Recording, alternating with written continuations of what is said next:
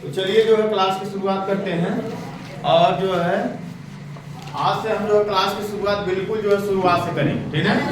एकदम शुरुआत से जो है समझ लीजिए कि हाँ आज से करेंगे।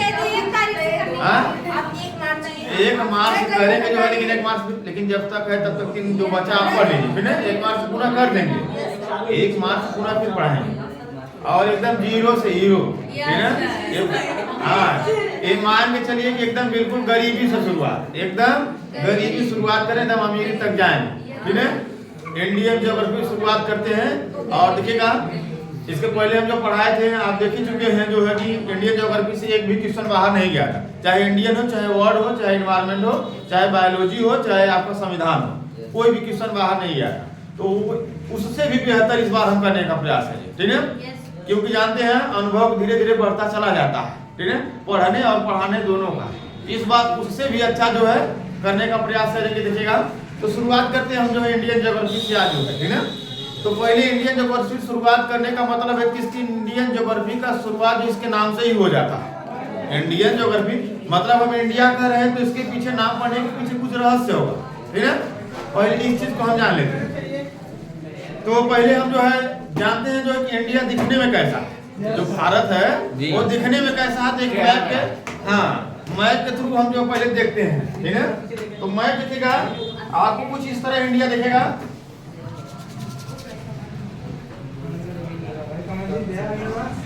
सेम उस तरह दिख रहा है।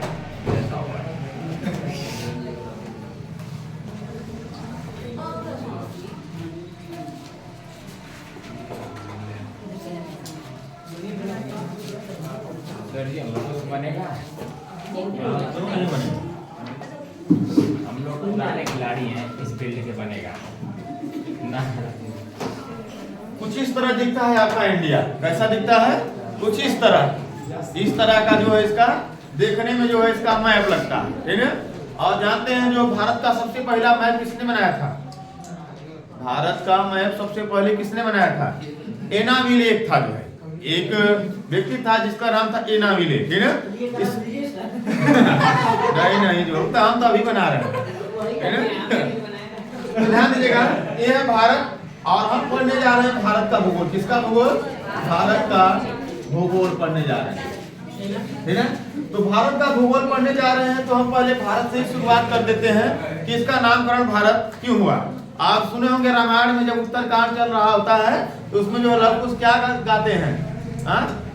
भारत आर्यावर्ते भारत जम्बूद्वीपे, ठीक है, बसी एक नगरी है विख्यात अयोध्या नाम की, सुने ना। तो जो भारतवर्ष है और आर्यावर्ती और जम्बूद्वीप, मतलब ये 3 नाम इसके प्राचीन है। कैसे हैं? प्राचीन है। और इंडिया हुआ, हिंदुस्तान हुआ, ये सब बाद में पढ़े, ये सब बाद में पढ़े। तो पहले हम नाम जान लेते हैं इनका नाम कैसे पढ़ा जो है, ठीक है। तो पहले हम जानते हैं नाम इसका जो है, एक नाम इसका जम्बूद्वीप। क्या नाम है? जम्बूद्वीप इसका नाम, ठीक है। बहुत सुने होंगे जम्बूद्वीप। तो आज जान लेते हैं जम्बूद्वीप इसका नाम क्यों पड़ा। तो इसके नाम के पढ़ने के पीछे देखिएगा कारण बताया जाता है। एक पुराण है जिसे कहा जाता है वायु पुराण। क्या कहा जाता है? वायु पुराण कहा जाता है, ठीक है। वायु पुराण में देखिएगा क्या कारण बताया गया। तो वायु पुराण में देखिएगा कुछ अजीब कारण बताया गया, ठीक है। कारण क्या बताया कि जो जम्मू कश्मीर है यहाँ एक वृक्ष था जिसका नाम था जम्बू। क्या नाम था? जम्बू। यहाँ पे 3 प्रकार के वृक्ष थे, जम्बू के वृक्ष थे, वट के वृक्ष थे और पीपल, 3 वृक्ष थे। और बताया जाता है कि जो जामुन का वृक्ष था यह कई योजन ऊंचा हुआ करता था, समझ गए, बहुत ऊंचा, इन सभी वृक्षों में सबसे ऊंचा। और जो इस पे फल लगते थे वो फल जो है एक हाथी के आकार के समान फल लगते थे, समझ गए। एक हाथी के आकार के समान जामुन का फल लगता था। हाँ डरियो उतना मोटी रहती थी ना कि फलवा का भरा थाम ले सब, समझ नहीं। और जब और बताते हैं कि जब वो फल जो है टूट कर जब जमीन पर टकराता था, जमीन छुटकी नहीं थे, गिरते तो तुरंत फट जाती, रस निकल जाता। तो ये बताते हैं कि जब जामुनिया जो टूट कर नीचे गिरती थी तो जब फटती थी तो इतना रस निकलता था, इतना रस निकलता था, उस रसवा से एक नदी निकल जाती थी। उस रसवा से एक नदी निकल जाती थी जिसका नाम क्या था? जम्बू नदी। जिसका नाम क्या था? जम्बू नदी।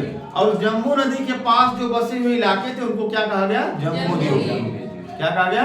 जम्बूद्वीप। ये कारण बताया जाता है।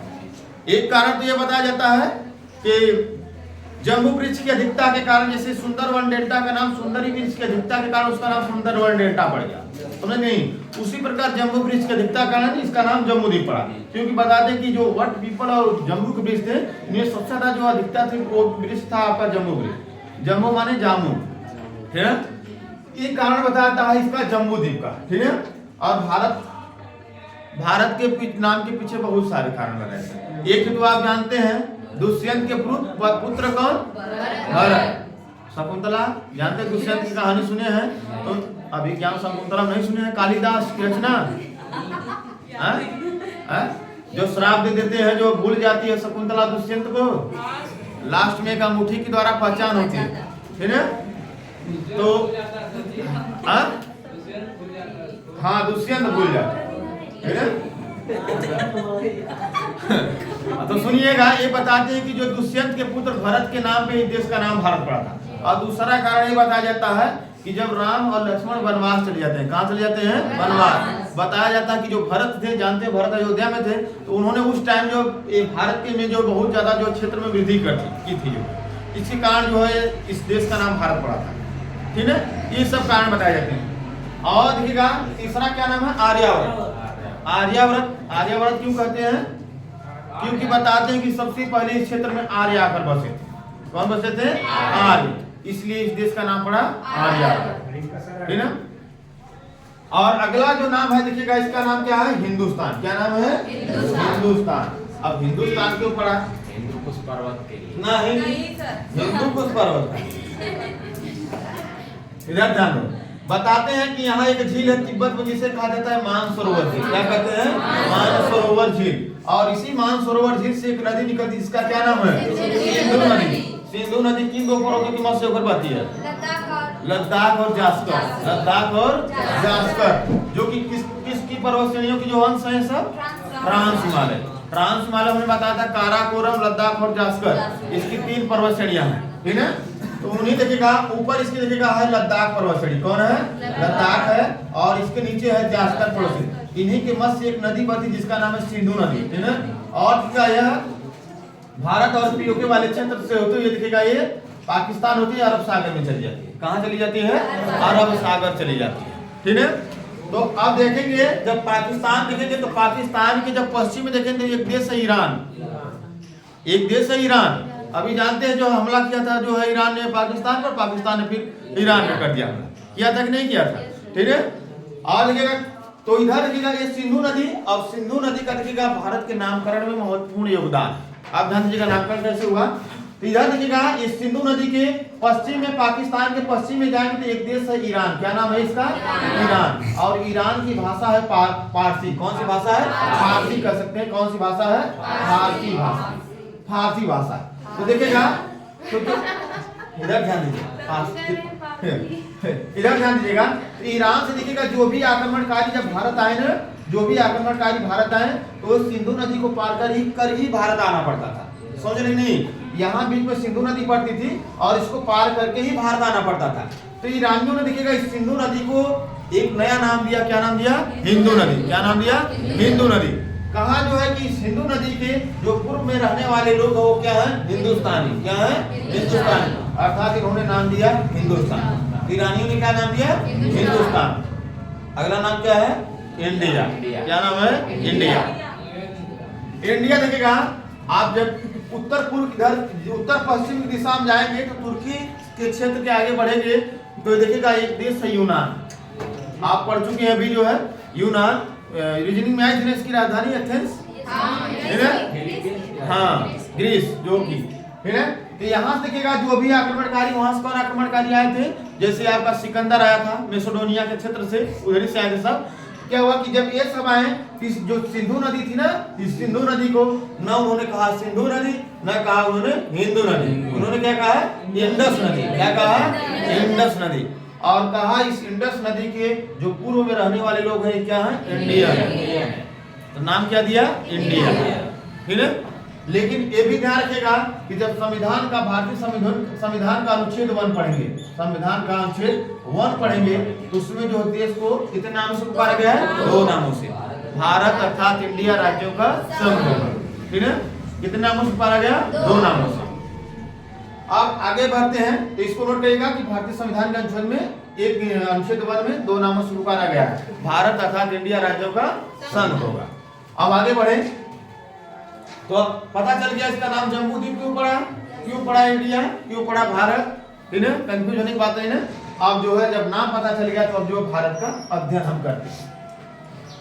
जो नए हैं एकदम नोट्स बनाते चलिएगा, ठीक है, हंसते हंसते मजाक ही मजाक में पूरा इंडियन ज्योग्राफी आपका तैयार हो जाएगा, खत्म हो जाए, ठीक है। ऐसे आप भी खत्म हो जाए। हाँ, क्योंकि जो है हाँ इंडियन ज्योग्राफी इसी तरह पढ़ते हैं, सीरियस बिल्कुल नहीं होना, ठीक है ना, सब याद हो जाएगा। अब हम देखते हैं भारत की दुनिया में स्थिति, भारत की दुनिया में स्थिति की देखिएगा 21 स्थिति पे आता है, मतलब दुनिया के देशों में देखते हैं और इस महाद्वीप में है। तो आप जानते हैं किस महाद्वीप में स्थित है? एशिया महाद्वीप में स्थित है। किस महाद्वीप में स्थित है? एशिया महाद्वीप। और एशिया महाद्वीप में भी कहाँ? दक्षिण में, जैसे नीचे है, देखो एशिया है, मध्य एशिया। मध्य एशिया मतलब जो है कि जहाँ आपके तुर्कमेनिस्तान, कजाकिस्तान जितने भी तान वाले शब्द हैं वो आते हैं मध्य एशिया में। इसके दक्षिण में आएंगे जो है तब आपका पड़ता है भारत, मतलब ये मध्य एशिया है। इधर जाएंगे तो इधर उत्तर एशिया, इधर देखिएगा इधर जाएंगे बीच में तो उत्तर पूर्व एशिया, समझ रहे? तो देखिएगा भारत की स्थिति देखेंगे ना, एशिया में भी दक्षिण में पड़ती है। कहाँ पड़ती है? दक्षिण में। इसका मतलब भारत एशिया महाद्वीप में भी दक्षिण एशिया में आता है। एशिया महाद्वीप में भी दक्षिण एशिया का देश है, ठीक है। एशिया में भी कहाँ का है? दक्षिण एशिया का देश, ठीक है, दक्षिण एशिया, ठीक है। आप देखिएगा इसका क्षेत्रफल अगर पूरी पृथ्वी के क्षेत्रफल का देखें, मान लीजिए पूरी पृथ्वी का क्षेत्रफल है 100%, कितना है? 100%। तो 100% में से 2.4%, कितना? 2.4% क्षेत्रफल किसका है? भारत का। मतलब पूरी पृथ्वी के क्षेत्रफल का 2.4% क्षेत्रफल जो है भारत का है। समझ नहीं? अब जनसंख्या में देखें, जनसंख्या में ये तो था आपका क्षेत्रफल, ठीक है, ये क्षेत्रफल। अगर जनसंख्या में देखें, जनसंख्या में देखें, अगर जनसंख्या में देखते हैं तो मान लीजिए पूरी पृथ्वी का क्षेत्रफल है कितना? 100%, जनसंख्या मान लीजिए 100%, उसका जो 17.5%, कितना? 17.5% जनसंख्या कहाँ निवास करती है? भारत। क्लियर हो गया? जनसंख्या हो गया, क्षेत्रफल हो गया। किस महाद्वीप में? तो एशिया महाद्वीप, एकदम। हाँ, एशिया में भी कहाँ है? दक्षिण। एकदम क्लियर होना चाहिए, ठीक है। तो आगे बढ़े, इससे मिटा दे, नोट हो गया, नोट कर लीजिएगा। नए लोग एकदम बिल्कुल ध्यान से जीरो शुरुआत कर रहे हैं इंडियन ज्योग्राफी, ठीक है। अभी जो डेटा चलेगा तो कुछ टाइम तक जो है ना, चित्र को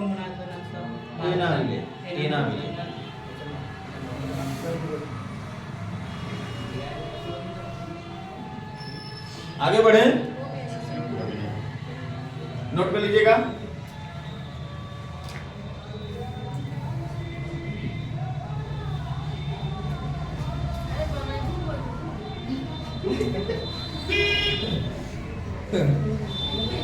चलिए आगे देखते हैं विश्व के देशों में स्थिति। ये तो जान गए आप कि ये एशिया महाद्वीप में स्थित है और एशिया महाद्वीप में भी दक्षिण एशिया में स्थित है। अब इसकी हम देखते हैं विश्व के देशों में स्थिति कि यह क्षेत्रफल की दृष्टि से किस स्थान पे आता है। अगर ये क्षेत्रफल की दृष्टि से इस स्थान पे आता है, इससे पहले कौन कौन से देश आते हैं? समझ रहे नहीं बात को, है ना? देखिएगा क्षेत्रफल की दृष्टि से अगर देखें देशों के क्रम में, हाँ अगर देखिएगा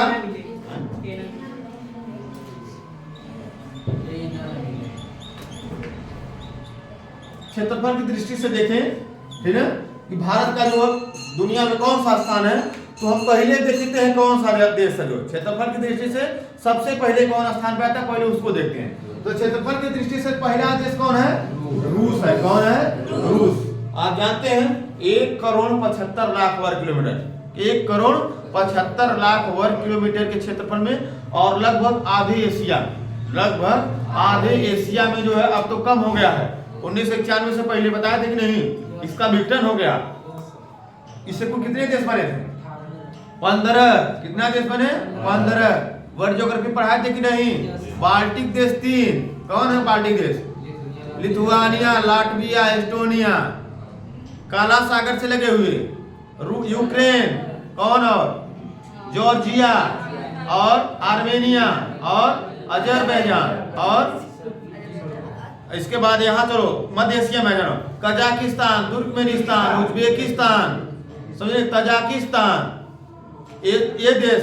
इसके बाद जो है आपके यूक्रेन जो है, इसी तरह मोल्डोवा, इसी तरह कुल से 15 देश 1991 में क्या हो गए? अलग हो गए, विघटन हो गए। इससे अब जो पहले से इसका आकार थोड़ा क्या हो गया? छोटा। लेकिन एक समय में जो समझ आधी एशिया में ही पूरा फैला, 1 करोड़ पर सोच ली। भारत का क्षेत्रफल कितना है?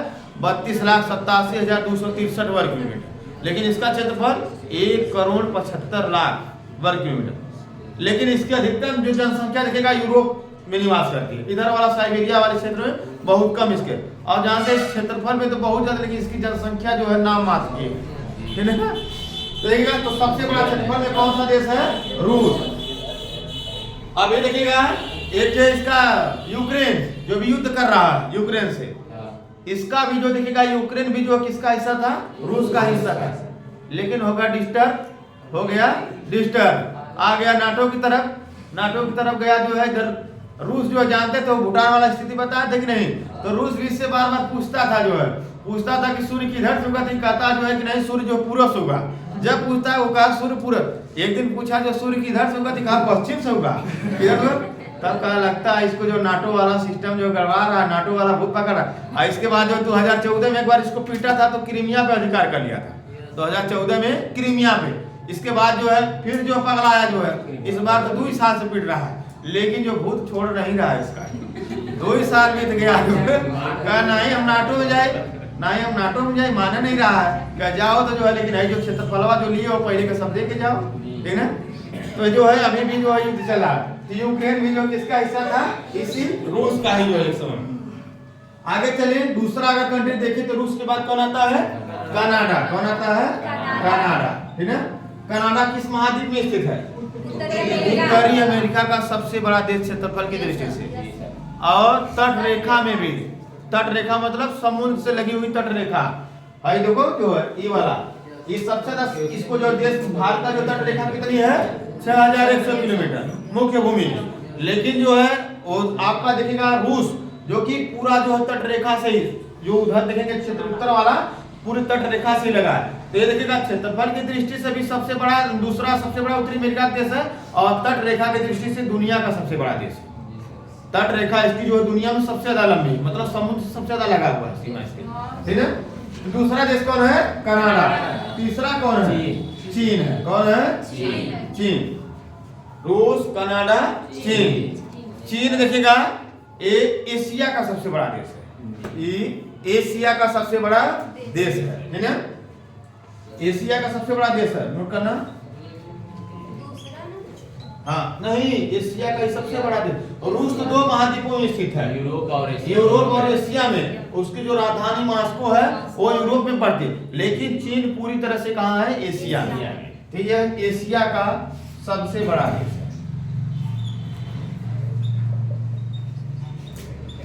ये, एशिया का सबसे बड़ा देश है। कई बुकों में देखिएगा आप नाम कर दिया है, ऊपर अमेरिका को नीचे चीन कर दिया है, लेकिन ये वाला डेटा देखिएगा, इसको याद रखिएगा, एनसीईआरटी में जो है यही डेटा दिया गया है, ठीक है। तो रूस, कनाडा, चीन। इसके बाद देखिएगा कौन आता है? अमेरिका आता है। कौन आता है? अमेरिका आता है, ठीक है। कौन आता है? अमेरिका। एक किस महाद्वीप में पड़ता है?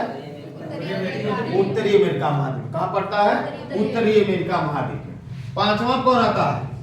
ब्राजील आता है। कौन आता है? ब्राजील, जो कि यह जनसंख्या और क्षेत्रफल, जनसंख्या और क्षेत्रफल दोनों में किस स्थान पे आता है? 5वें स्थान। नोट करते चलिएगा, यह जनसंख्या और क्षेत्रफल दोनों में किस स्थान पे आता है? 5वें स्थान पे आता है।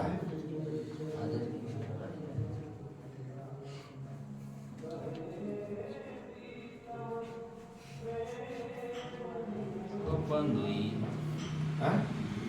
ये सच्ची क्या हो रहा है? रामायण है। अरे कलयुग की पाप पढ़ने से रोका जा रहा है, अब इसको बंद करवा रहे हैं।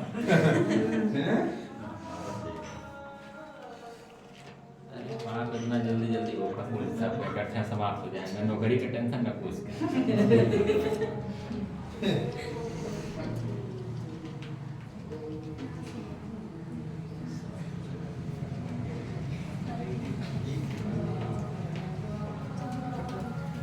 छठा पे कौन है? ऑस्ट्रेलिया चलेगा नहीं जी, छठवा कहाँ से?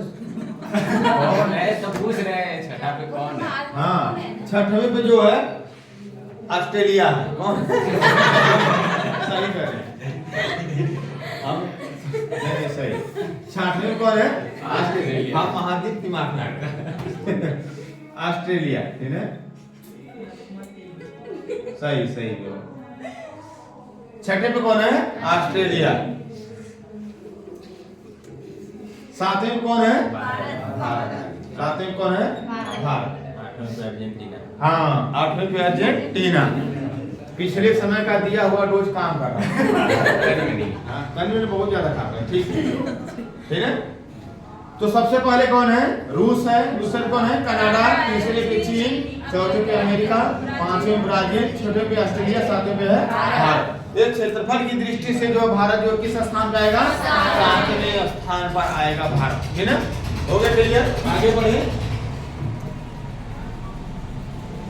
आप जान गए जो है जनसंख्या के जो विश्व की अगर कुल जनसंख्या का देखें तो 17.5% जनसंख्या कहाँ निवास करती है? भारत में निवास करती है। ठीक है, और क्या क्षेत्रफल की दृष्टि से किस स्थान पे है? सातवें स्थान पे है।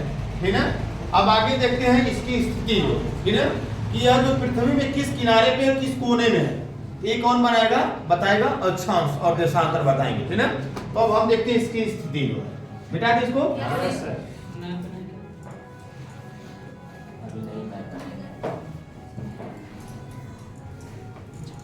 अब इधर ध्यान दो, ध्यान से समझना पूरा। ठीक है, अब रटने की जरूरत नहीं पड़ेगी आपको अक्षांशीय और देशांतर विस्तार भारत का। यहाँ देखना, ये मान लीजिए पृथ्वी है। ठीक है, ये है पृथ्वी। ये पृथ्वी है। पृथ्वी के बीचों बीच से एक रेखा खींची जाती है जिसे कहा जाता है भूमध्य रेखा। क्या कहता है? भूमध्य रेखा। 0 डिग्री भूमध्य रेखा। ठीक है, आप जानते हैं कुल अक्षांश रेखाओं की संख्या कितनी है? 181। कितनी है? 181। 180 + 1 अभी बताएंगे ये क्या है। ठीक है, तो देखिएगा 0 डिग्री भूमध्य रेखा खींचकर पृथ्वी को 2 हिस्सों में बांट दिया गया है। कितने हिस्सों में? 2 हिस्सों में। जो भूमध्य रेखा के उत्तर में क्षेत्र आता है उसे कहते हैं उत्तरी गोलार्ध। क्या कहते हैं? उत्तरी गोलार्ध। चूंकि भूमध्य रेखा के उत्तर में जो भी क्षेत्र आएगा वो उत्तर का होगा। ये गोलार्ध काहे कह रहे हैं कि पूरा गोला था, वो आधा कट जाएगा तो क्या हो गया? गोलार्ध। समझ आ रहे नहीं गोलार्ध को? देखिएगा ये उत्तरी गोलार्ध का, ठीक है, ये उत्तरी गोलार्ध है। ठीक है, और नीचे देखिएगा चूंकि भूमध्य रेखा के दक्षिण में भी क्या है? दक्षिणी गोलार्ध। ये है दक्षिणी गोलार्ध। यहाँ तक स्थिति समझ में आ गई? आप देखिएगा ये भारत है, ये है आपका भारत, और भूमध्य रेखा लगभग देखिएगा यहाँ से गुजरती है। आप जो 0 डिग्री देख रहे हैं ये 0 डिग्री यहाँ भी है। आपको हम बता चुके हैं कि यह 2 देशों से, एशिया के 2 देशों से होकर गुजरती है। कौन कौन? मालदीव और इंडोनेशिया। ठीक है, आप यहाँ से देखेंगे कि इस भूमध्य रेखा के भारत उत्तर में है। ठीक है, और भारत देखिएगा कहाँ? देखिएगा कर्क रेखा पर स्थिति, लगभग यहाँ से कर्क रेखा गुजरती है। इसका मतलब भारत देखिएगा लगभग यहाँ है, यहाँ से कर्क रेखा गुजरेगी। इसका मतलब यहाँ देखिएगा ये भारत का ये दक्षिण छोर, एक केप कोमोरिन, कन्याकुमारी, जो कि आपको यहाँ दिखाई दे रहा है। ना समझिएगा, आप देखेंगे यहाँ से भी भारत पृथ्वी पे भी उत्तर में दिखाई दे रहा है, और वास्तव में भी देखेंगे तो ये भूमध्य रेखा के उत्तर में है। और हमने बताया कि 0 डिग्री भूमध्य रेखा के जो भी उत्तर में क्षेत्र आएगा वो किस गोलार्ध का होगा? उत्तरी गोलार्ध। तो आप जान गए कि जो भारत किस गोलार्ध का देश है? उत्तरी गोलार्ध। ठीक है, मतलब अगर कोई व्यक्ति भारत को अगर खोजने चलेगा तो भूमध्य रेखा के हमेशा उत्तर में ही खोजेगा। अगर उसको जानकारी नहीं है कि भारत कहाँ है, देखिएगा तो उसको इतना जरूर पता चल जाएगा इस भूमध्य रेखा से कि मुझे दक्षिण में नहीं जाना है, भूमध्य रेखा के दक्षिण में नहीं जाना है, भूमध्य रेखा के उत्तर में ही है भारत। ठीक है, तो ये तो हो गया आपके अक्षांश रेखा की नजर से। किसके नजर से? अक्षांश रेखा के नजरिए से कि भारत उत्तरी गोलार्ध का देश है। ठीक है, अब हम देखते हैं देशांतर रेखा के नजरिए से। ठीक है, अब देशांतर रेखा के नजरिए देखिए भारत किस गोलार्ध का देश है। तो जिस प्रकार 0 डिग्री भूमध्य रेखा खींचकर हमने 90 अक्षांश रेखाएं उत्तर की तरफ मानी थी और 90 अक्षांश रेखाएं दक्षिण तरफ मानी थी, उसी प्रकार यहां से 0 डिग्री एक देशांतर रेखा 0 डिग्री खींची गई है और 0 डिग्री देशांतर मानकर 180 देशांतर रेखाएं पश्चिम तरफ खींची गई हैं और 180 देशांतर रेखाएं पूर्व की तरफ। चूंकि देखेंगे मैप में आप देखेंगे इस तरह मैप में ऊपर की तरफ होता है उत्तर, भूगोल में जो दिशा होती है, नीचे क्या होता है दक्षिण, इधर क्या होता है पश्चिम, इधर क्या होता है पूर्व। तो यहाँ जो 0 डिग्री देखेगा देशांतर रेखा, इधर क्या होगा पश्चिम होगा, इधर क्या है पश्चिम, इधर क्या होगा पूर्व। क्लियर हो गया? तो आप इस 0 डिग्री देशांतर रेखा से देखेंगे तो भारत किस दिशा में आपको दिखाई दे रहा है? पूर्व में।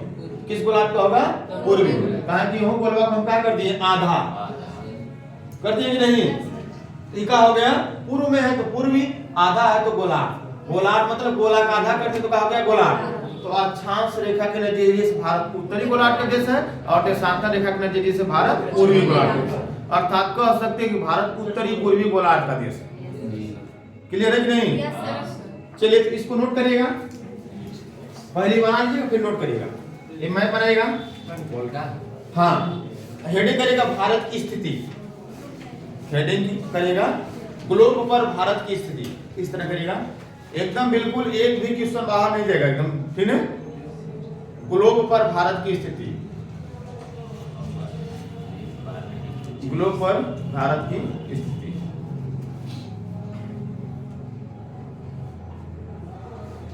ये जो नए आए थे चले गए, समझ लीजिए कि आ जाएंगे 2-4 दिन बहुत बढ़िया, नहीं तो बहुत नुकसान होगा, भटकते रह जाएंगे सब। सही बता रहे हैं लोग तेज हैं हाँ, और सही बता रहे हैं। इस तरह समझ लीजिए ज्योग्राफी जो भी सब किसी भी आप कोचिंग में एक बार ट्राई मार के आ जाइएगा, देख लीजिएगा कैसे पढ़ाते हैं सब, ठीक है? आपको समझ में आए चाहे ना आए एकदम ये रट चला जाएगा, ठीक है?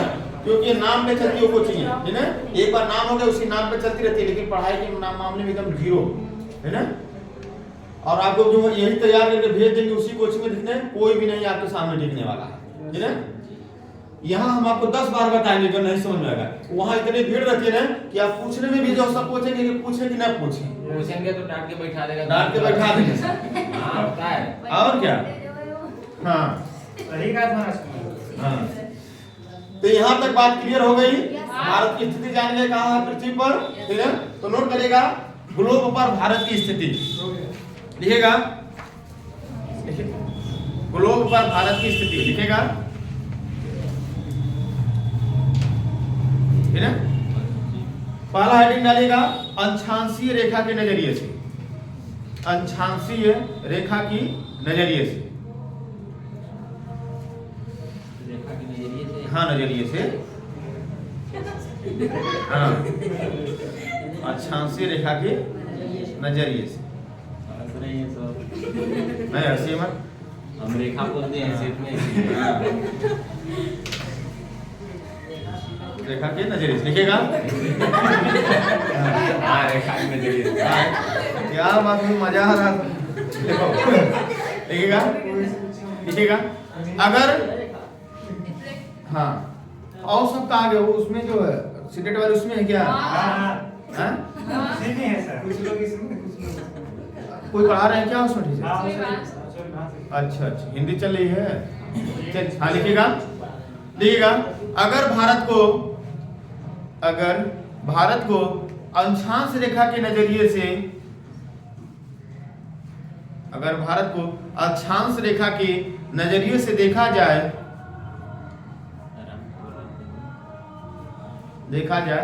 तो यह उत्तरी गोलार्ध का देश है। देखा जाए तो यह उत्तरी गोलार्ध का देश है। चूंकि यह भूमध्य रेखा के उत्तर में स्थित है, चूंकि यह भूमध्य रेखा से उत्तर में स्थित है,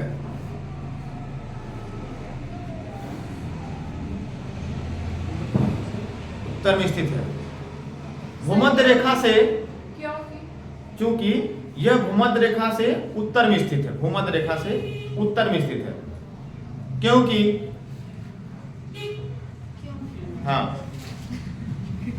हाँ यहाँ देखिएगा ये जो भूमध्य रेखा है ना, यहाँ से जो कन्याकुमारी है, ये जो कन्याकुमारी मुख्य भूमि का भारत का सबसे दक्षिणतम बिंदु जो कन्याकुमारी है, यहाँ तक जो दूरी है भूमध्य रेखा की 876 किलोमीटर, कितनी है 876 किलोमीटर, ये भूमध्य रेखा से कन्याकुमारी की दूरी है। तो इससे पता चल जा रहा है कि भूमध्य रेखा की उत्तर में है, कहाँ कहीं भी है लेकिन उत्तर में है। तो नोट कर लीजिएगा इसको भी, क्योंकि भूमध्य रेखा से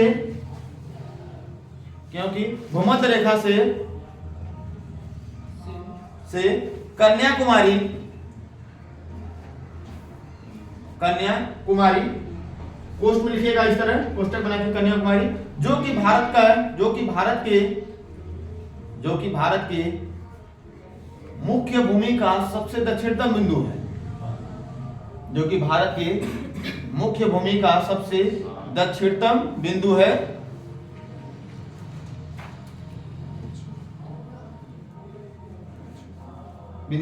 इस तरह कोष्टक बंद कर दीजिएगा आगे, है ना, बंद करिए।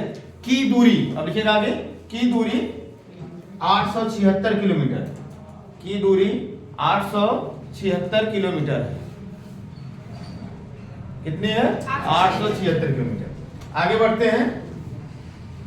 इस समझ में आ गया जो है भारत की स्थिति जो है। अब यहाँ कंफ्यूजन एकदम 0% नहीं होना चाहिए कि जो है मतलब जो है कि अब जो है इसमें स्थिति में भी कोई गड़बड़, एकदम साफ आपको बता दिए कि देशांतर रेखा से नजरिए देखे तो भारत पूर्वी गोलार्ध का देश है, अक्षांश रेखा के नजरिए देखे तो भारत उत्तरी गोलार्ध का देश है ना। देशांतर रेखा क्या होती है,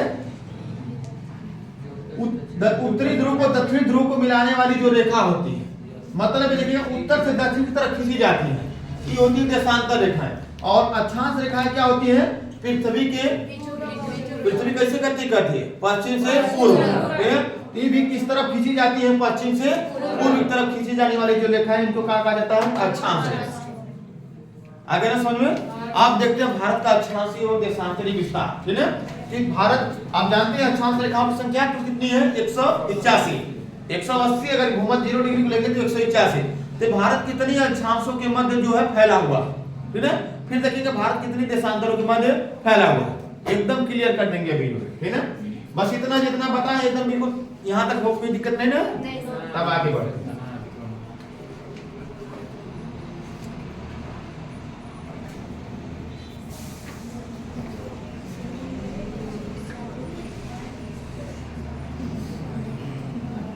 अब ध्यान दीजिएगा, भारत का जो पहले हम अक्षांशीय विस्तार देखते हैं, ठीक है, कि किस अक्षांश के बीच जो भारत फैला हुआ है। यहाँ ध्यान दीजिएगा, ये 0 डिग्री भूमध्य रेखा है, ये 0 डिग्री भूमध्य रेखा है, मतलब ये वाली रेखा, ठीक है। और भारत का देखिएगा अक्षांशीय विस्तार शुरू होगा इस कन्याकुमारी से, कहां से होगा, इस कन्याकुमारी से, मतलब भूमध्य रेखा के भी उत्तर में, ठीक है। तो आप जानते हैं भारत की स्थिति लगभग देखिएगा यहाँ पर है, कर्क रेखा पर, कर्क रेखा पर है, ये लगभग कर्क रेखा जानते हैं भारत की बिल्कुल मध्य से होकर गुजरती है, ठीक है। यहां से कर्क रेखा गुजरती है, ठीक है, 23.5 डिग्री नॉर्थ, ठीक है। क्योंकि भूमध्य रेखा के उत्तर में जो भी क्षेत्र आएगा वो क्या होगा, उत्तर का होगा, ठीक है, उत्तरी गोलार्ध का। अब देखिएगा ये हमने बताया जो कि जो अक्षांशीय रेखाएं हैं, 90 अक्षांश रेखाएं 0 डिग्री मानकर 90 अक्षांश रेखाएं किधर खींची गई है, उत्तर की तरफ, और 90 अक्षांश रेखाएं खींची गई है दक्षिण की तरफ, ठीक है। ठीक है, तो यहाँ देखिएगा जब हम इसका अक्षांशीय विस्तार देखें, ये 0 डिग्री आगे कौन है, भूमध्य रेखा। यहाँ से चले तो चलते चलते चलते जब चलेंगे तो ये जो भारत का मुख्य भूमि है, ये भारत की मुख्य भूमि अर्थात कन्याकुमारी, यहाँ तक जो 8 अक्षांश रेखाएं गुजर चुकी होती, कितनी 8, मतलब ये जो 0 डिग्री है, ये जो 0 डिग्री भूमध्य रेखा यहाँ जो दिखाई दे रही है, यही भूमध्य रेखा यहाँ भी है। यहाँ से अगर चले तो ये कन्याकुमारी जो भारत की मुख्य भूमि है, मुख्य भूमि की सबसे दक्षिणतम बिंदु, यहाँ तक पहुंचेंगे तो 8 अक्षांश रेखाएं खड़ी खड़ी गुजर चुकी थी, ठीक है। और जो बीच का जो क्षेत्र होता है उसको हम ले लेते हैं मिनट में, किसमें ले लेते हैं, मिनट में। तो देखिएगा 8 डिग्री और देखिएगा थोड़ा सा आगे बढ़ा जाता है, मतलब बीच का क्षेत्र, इसको लेते हैं 8 डिग्री 4 मिनट, 8 डिग्री 4 मिनट। और का उत्तरी का है भूमध्य रेखा के उत्तर में, 8 डिग्री 4 मिनट उत्तरी से आगे बढ़े, बढ़ते बढ़ते अभी 8 है, 9 देखिएगा, 9 10 11 12 13 करते करते करते करते जब भारत के सबसे दक्षिणतम बिंदु तक पहुंचेंगे, क्या उसका नाम, इंदिरा कोल, इंदिरा काल, क्या नाम उसका, इंदिरा काल। जब इंदिरा काल तक पहुंचेंगे तब तक जो गुजर चुकी थी कितनी अक्षांश रेखाएं, 37, कितनी गुजर चुकी थी, 37 अक्षांश रेखाएं 37 डिग्री और बीच का हमने बताया कितना 6 मिनट। 37 डिग्री 6 मिनट का उत्तरी की दक्षिणी उत्तरी का होगा उत्तरी। कहाँ है उत्तरी? कहाँ की भूमध्य रेखा के उत्तर में जो भी क्षेत्र आएगा वो उत्तरी गोलार्ध होगा। तो भारत का अक्षांश विस्तार कितना है? 8 डिग्री 4 मिनट उत्तरी से 37 डिग्री 6 मिनट उत्तरी के मध्य जो भारत जो है फैला हुआ है। अक्षांश विस्तार है इसका। ये पता चला कि नहीं अक्षांश विस्तार के बारे में? ये कहा है ये वही है 90 अक्षांश रेखाएं जो उत्तर की तरफ खींची गई, उन्हीं में जो है 8 डिग्री 4 मिनट से 37 डिग्री 6 मिनट अक्षांशों के मध्य जो भारत फैला हुआ है। ठीक है, ये भारत का अक्षांशीय विस्तार है। तो नोट करिएगा इसको, इसी तरह नोट कर लीजिएगा। आप मैप में भी नोट करिएगा। ठीक है, हाँ मैप बना लो। जो मैप नहीं बनाएगा तो कैसे काम चलेगा? मैप बनाओ। हाँ यहाँ नोट करेगा, ये जो मैप बनाकर एक कन्याकुमारी है, इस तरह एक रेखा खींचेगा।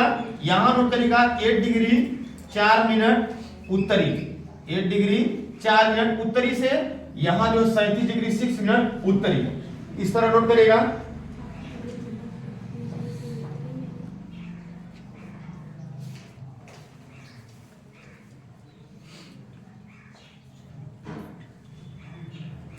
ठीक ना, हो गया।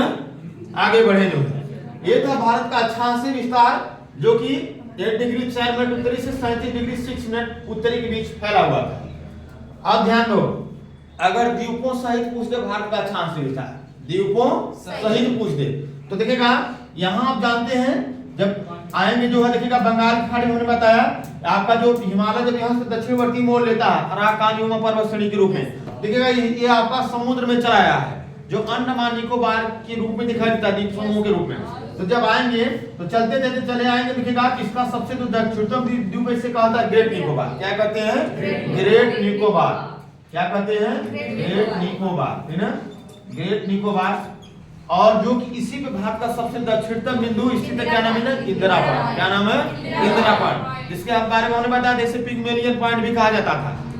लेकिन देखिएगा बाद में इसका नाम जो है पूर्व प्रधानमंत्री महिला इंदिरा गांधी के नाम पर इसका नाम इंदिरा पॉइंट पड़ गया। ठीक है, और देखिएगा अब यहाँ से अगर भारत का अक्षांशीय विस्तार देखेंगे, चूंकि देखिएगा एक मुख्य भूमि से कहा थोड़ा नीचे है, नीचे है कि नहीं है, तो मतलब अक्षांशीय इसका विस्तार में थोड़ा सा क्या होगा? नीचे, डाउन होगा। कितना नीचे होगा? तो 2 माइनस हो जाएगा। 8 में से 2 ही माइनस, मतलब 2 अक्षांश रेखाएं देखिएगा कम, मतलब यहाँ देखिएगा यहाँ से अगर देखें तो 6 डिग्री 4 मिनट, 6 डिग्री 4 मिनट पूरा तो 45 हो जाएगा। पूरा डेल्टा देखेंगे 6 डिग्री 45 मिनट उत्तरी का होगा। उत्तरी, उत्तरी का है ये भी उत्तर में है, भूमध्य रेखा के उत्तर में आता है। 6 डिग्री 4 45 मिनट जो है आपका उत्तरी से 37 डिग्री 6 मिनट उत्तरी। द्वीपों सहित मुख्य भूमि का कहा है 8 डिग्री 4 मिनट से 37 डिग्री 6 मिनट उत्तरी, है ना। अब ध्यान दो, अब भारत का जो देशांतरी विस्तार देते हैं, ठीक है, देशांतरी विस्तार देखते हैं कि भारत का देशांतरी विस्तार कितना है, कितने देशांतरों के मध्य फैला हुआ है। तो यहाँ ध्यान दो, ये भारत है। आप अभी हमने बताया कि यहाँ 0 डिग्री एक उत्तरी ध्रुव को दक्षिणी ध्रुव से मिलाने वाली जो रेखा इसको क्या कहते हैं? देशांतर रेखा। एक 0 डिग्री देशांतर रेखा खींची गई है और देशांतर रेखाओं की संख्या कुल कितनी है? 360। कितनी है? 360। मतलब इस 0 डिग्री और एकांश गुजरती है लंदन के ग्रीनविच से। ये लंदन का एक जगह है ग्रीनविच, वहीं से 0 डिग्री देशांतर रेखाएं खींची गई हैं। 180 देशांतर रेखाएं पश्चिम तरफ खींची गई हैं और 180 देशांतर रेखाएं पूर्व तरफ खींची गई हैं, पूर्व तरफ खींची गई। और भारत कहाँ स्थित है? पूर्व में। तो अब यहाँ 180 पूर्व तरफ खींची गई हैं। तो यहाँ से जैसे हमने यहाँ से गिनते गिनते पहुंचा था 0 डिग्री से, यहाँ 8 पहुंचा था। तो यहाँ से जब गिनेंगे ना तो चलते चलते जब चलेंगे तो चलते जब यहाँ भारत दिखेगा सबसे पश्चिमी बिंदु। पश्चिमी बिंदु क्या है भारत का सबसे? हाँ, गौहर माता। कौन है? गौहर माता। यहाँ तक पहुंचेंगे सरक्रीक एक जगह है, सरक्रीक, ठीक है, वहां तक पहुंचेंगे। मतलब ये भारत जहां शुरू होता है, ठीक है, तो यहाँ पहुंचेंगे इस 0 डिग्री देशांतर से यहाँ तक पहुंचने में कुल 68 देशांतर रेखाएं गुजर चुकी होगी। कितनी? 68 और थोड़ा सा और कितना? कितना? 68 डिग्री 7 मिनट। कितनी है? 68 डिग्री 7 मिनट पूर्वी। क्या होगा? उत्तरी नहीं, पूर्वी देशांतर रेखा, पूर्वी गोलार्ध है ना, तो क्या होगा पूर्वी से, और गुजरते यहाँ से चलते चलते चलते जब यहाँ पहुंचेंगे भारत के सबसे पूर्वी बिंदु, क्या नाम उसका, किबुतु, और किबुतु, यहाँ तक पहुंचेंगे जो भारत जहाँ समाप्त हो जाता है भारत का स्थलीय बिंदु, ठीक है। यहाँ जो गुजरते गुजरते कुल 97 देशांतर रेखाएं गुजर चुकी थी, कितनी 97, और जो बीचवा होता है उसको किस में लेते हैं, मिनट में, 97 डिग्री 25 मिनट पूर्वी, क्या कहेंगे पूर्वी, पूर्वी का है कि पूर्वी गोलार्ध में देशांतर रेखा के नजरिए से। ये भारत का हो गया आपका देशांतरी विस्तार, ये हो गया अक्षांशी, हो गया। अब आपसे हम एक प्रश्न पूछ रहे हैं, आपसे एक प्रश्न पूछ रहे हैं, रटना नहीं है, रट के नहीं बताना। आपको पता चल गया, और आपको ये बता दे रहे हैं, आपको एक डेटा भी बता रहे हैं, एक अक्षांश से दूसरे अक्षांश की कुल दूरी होती है 111 किलोमीटर। कितनी होती है, 111 किलोमीटर कुल दूरी होती है एक अक्षांश से दूसरे अक्षांश के बीच की दूरी। मतलब इस अक्षांश से इस अक्षांश तक आप जाते हैं तो 111 किलोमीटर दूरी तय करना पड़ेगा, ठीक है। अब आप बताइएगा कि आपको अक्षांशीय विस्तार भी पता चल गया भारत का, और ये भी पता चल गया कि एक अक्षांश से दूसरे अक्षांश की कुल दूरी होती है 111 किलोमीटर। तो आप बताइएगा, क्वेश्चन पूछा था सीटेट में कि एक लड़की जिसका नाम है सीमा, क्या नाम है, सीमा, सीमा जो है उसको जो है भूगोल से प्रश्न पूछा गया कि भारत के उत्तर से दक्षिण की लंबाई क्या है, उत्तर से दक्षिण की लंबाई क्या है, ठीक है। और उसको जो है लंबाई नहीं पता था, लेकिन भारत के अक्षांशीय विस्तार और दो अक्षांशों के बीच की दूरी पता थी, और अपने सूझ से उसने आंसर दे दिया कि ये दूरी है भारत के उत्तर से दक्षिण के बीच की जो है दूरी है, ठीक है। तो वो क्या सूझ रही होगी, ठीक है, वो क्या सूझ रही होगी जिससे वह कुल दूरी निकाल दी होगी। तो क्या हो सकती है सूझ, हाँ, पहले निकाल लेंगे कि 1 डिग्री 4 मिनट से 37 डिग्री 6 मिनट जो भारत का जो फैलाव है इसमें कितनी अक्षांश रेखाएं गुजर रही हैं, समझ रहे नहीं, कितनी अक्षांश रेखाएं इसके बीच से गुजर रही हैं। जब अंतर निकालेंगे 37 डिग्री 6 मिनट और 8 डिग्री 4 मिनट, समझ नहीं, निकालेंगे तो लगभग जो कितना अक्षांश रेखा निकलेगा, 29 जो है, कुछ डिग्री में भी आएगा लेकिन 29 करेंगे मान लीजिए, तो एक अक्षांश से दूसरे अक्षांश की कुल दूरी कितनी है, 111 किलोमीटर। अब भारत कितने अक्षांश में फैला हुआ है, 29, तो सीधा 111 पहले करेंगे 29 का गुणा, कितना करेंगे 29 का गुणा, कितना हो जाएगा 3219, लेकिन लगभग जो है 3214 करीब आ जाएगा कि नहीं आ जाएगा, समझ रहे नहीं। तो ये आंकड़ा पहुंच रहा है कि नहीं 3214, जो कि आपका आ रहा है 19, लेकिन जो है मतलब उसी आंकड़े के बीच गिर रहा है, ठीक है। तो वो जो है नापा नहीं है, अक्षांशीय विस्तार ही है जो भारत का जो है, जिससे हम निकाल लेते हैं भारत से उत्तर दक्षिण की लंबाई, ठीक है। तब नोट कर लीजिएगा यहाँ पे कि भारत के उत्तर से दक्षिण की लंबाई कितनी है, 3214 किलोमीटर, कितनी है 3214 किलोमीटर, ये उत्तर से दक्षिण की लंबाई है इसकी जो है। और चौड़ाई कितनी है 2933 किलोमीटर, कितनी है 2933 किलोमीटर, ये है चौड़ाई। मतलब पश्चिम से पूर्व जो भारत फैला हुआ है इसकी कुल चौड़ाई कितनी है 2933, लंबाई क्या है 3214। आगे बढ़े, हाँ बताएंगे भैया। जैसे जैसे उत्तर की तरफ जाएंगे अक्षांश रेखाएं की संख्या क्या हो जाती है, छोटी। जैसे ग्लोब है, जैसे दिखेगा यहां से चलेंगे तो दिखेगा, जब इस तरह दिखेगा ग्लोब होता है कुछ इस तरह, यहां से चलेंगे तो यहां सबसे ज्यादा दिखेगा इसकी लंबाई होती है, लेकिन जब उत्तर में जाकर दिखेगा इसकी चौड़ाई लंबाई बिल्कुल जो घट जाती है और ध्रुव पे जाते जाते बिल्कुल शून्य हो जाती है, ठीक है।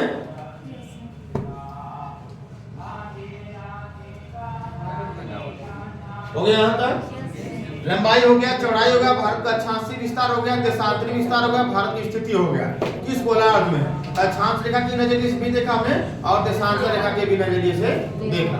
अब आगे बढ़ते हैं, अब भारत का मानव समय रेखा और कर्क रेखा को देखते हैं, ठीक है। क्या हुआ, ये मिटा दे।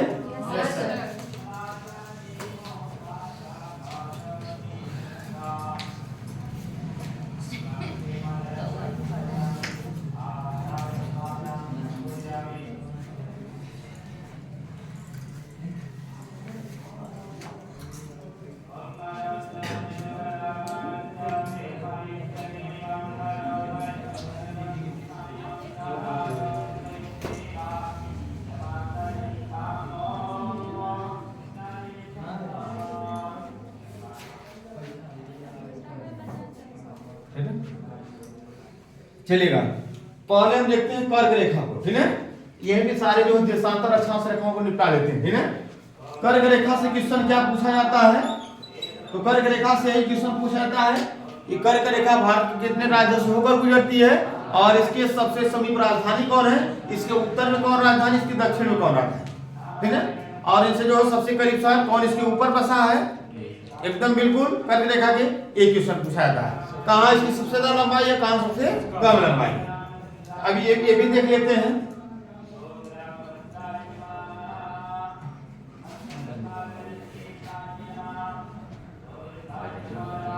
अब ध्यान दीजिएगा, लगभग देखिएगा कर्क रेखा आपको यहां से गुजरती हुई नजर आएगी,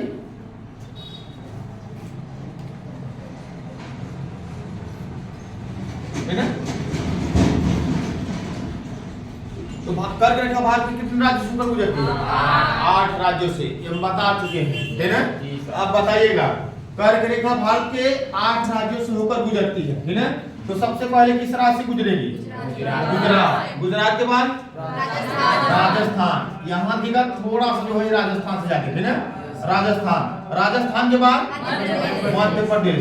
मध्य प्रदेश में इसकी लंबाई सबसे, मध्य प्रदेश के बाद कहाँ पहुंचती है, छत्तीसगढ़ पहुंचती है। कहाँ पहुंचती है, छत्तीसगढ़। छत्तीसगढ़ के बाद झारखंड, कहाँ पहुंचती है, झारखंड पहुंचती है। झारखंड के बाद पश्चिम बंगाल पहुंचती है। कहाँ पहुंचती है, पश्चिम बंगाल। पश्चिम बंगाल के बाद त्रिपुरा पहुंचती है। कहाँ पहुंचती है, त्रिपुरा। त्रिपुरा के बाद मिजोरम। मिजोरम होने के बाद ये चली जाती है। तो शुरुआत कहां से होती है, सबसे पहले इंटर कहां करती है, गुजरात, और कहां से जो चली जाती है, मिजोरम। कहां चली जाती है, मिजोरम से, ठीक है। आप जानते हैं यहाँ जो है आपका एक राज्य जिसे कहते हैं त्रिपुरा, और यहाँ है मिजोरम। त्रिपुरा हमने बताया था आपको कि 3 तरफ से बांग्लादेश से घिरा हुआ राज्य है, ठीक है। तो सबसे पहला एक क्रम से चलेगा, ठीक है। क्रम कैसे रहेगा, इधर पश्चिम से पूर्व तरफ हम लिखेंगे, ठीक है। कर्क रेखा, ठीक है। ये राज्य यहाँ नोट करेगा, ये है आपका गुजरात। कौन राज्य है, गुजरात। ये है राजस्थान, ये है मध्य प्रदेश, ये है आपका छत्तीसगढ़, ठीक है। ये है आपका झारखंड, ये है आपका वेस्ट बंगाल, ठीक है। वेस्ट बंगाल है, ये है आपका त्रिपुरा, इधर है आपका मिजोरम। इस पर भी नोट करिएगा।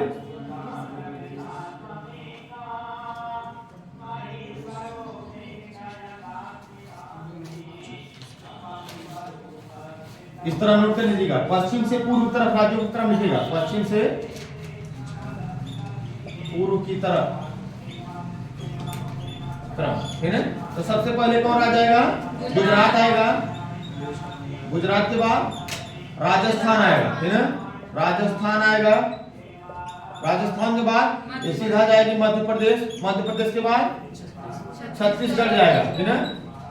छत्तीसगढ़ के बाद कहां जाएगी, झारखंड जाएगी। झारखंड के बाद पश्चिम बंगाल जाएगी, वेस्ट बंगाल। वेस्ट बंगाल के बाद त्रिपुरा जाएगी। त्रिपुरा के बाद मिजोरम। एक क्रम है इसका, ठीक है। अब ध्यान दो, कर्क रेखा की सबसे ज्यादा लंबाई किस राज्य में दिखाई दे रही है, मध्य प्रदेश। तो कहाँ है, मध्य प्रदेश में। और सबसे कम लंबाई कहाँ दिखाई दे रही है, राजस्थान। राजस्थान का एक जिला यहाँ पर डूंगरपुर, क्या नाम है, डूंगरपुर। यही से होकर दिखेगा ये जो है चली जाती बहुत कम, ठीक है। तो इसकी लंबाई सबसे कम कहाँ है, राजस्थान में, और सबसे ज्यादा कहाँ है, मध्य प्रदेश। हमने बताया था जो कि ये किसी राज्य की एक राजधानी है जो बिल्कुल कर्क रेखा के ऊपर स्थित है। झारखंड की राजधानी रांची है, और झारखंड राज्य कहाँ है, यहाँ।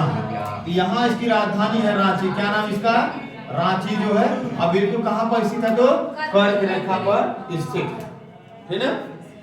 अब यहाँ से राजधानियां पूछा जाता है जो कि कर्क रेखा के सबसे नजदीक जो है शहर और राजधानियां पूछा जाता है, ठीक है।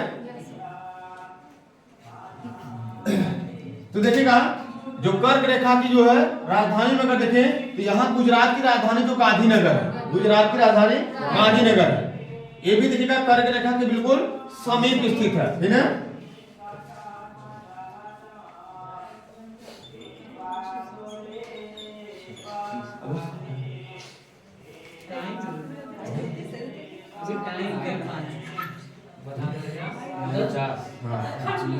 हाँ, गांधीनगर है। इसके बाद देखिएगा मध्य प्रदेश की राजधानी भोपाल बिल्कुल इसके समीप पर स्थित है, ठीक है। देखेंगे तो भोपाल, ठीक है। भोपाल दिखेगा कहाँ आपको, देखिएगा मध्य प्रदेश की राजधानी दिखेगा यहाँ पे मिलेगी भोपाल। ये देखिएगा जो उज्जैन शहर है, उज्जैन दिखेगा ये भोपाल जी का सामने, यहाँ उज्जैन है, यहाँ देखिएगा भोपाल है। ये भी देखिएगा उज्जैन शहर इसका जो कर्क रेखा के बिल्कुल समीप है, ठीक है। उज्जैन के बारे में बता चुके हैं आपको। किस नदी किनारे बसा हुआ उज्जैन? छिपरा नदी। छिपरा किसकी सहायक नदी है? चंबल की सहायक नदी है। छिपरा में कौन सा मेला लगता है? कुंभ का मेला। कुंभ का मेला कितने स्थानों पर लगता है? कौन कौन? हाँ, और नासिक में किस नदी के, नासिक में किस नदी के तट पर? गोदावरी नदी के तट पर। उज्जैन में, हरिद्वार में, और यहाँ प्रयागराज में किसका संगम है? गंगा यमुना का संगम, ठीक है। और क्या भोपाल, और क्या है भोपाल का एक शहर उज्जैन इसके सबसे करीब है, ठीक है।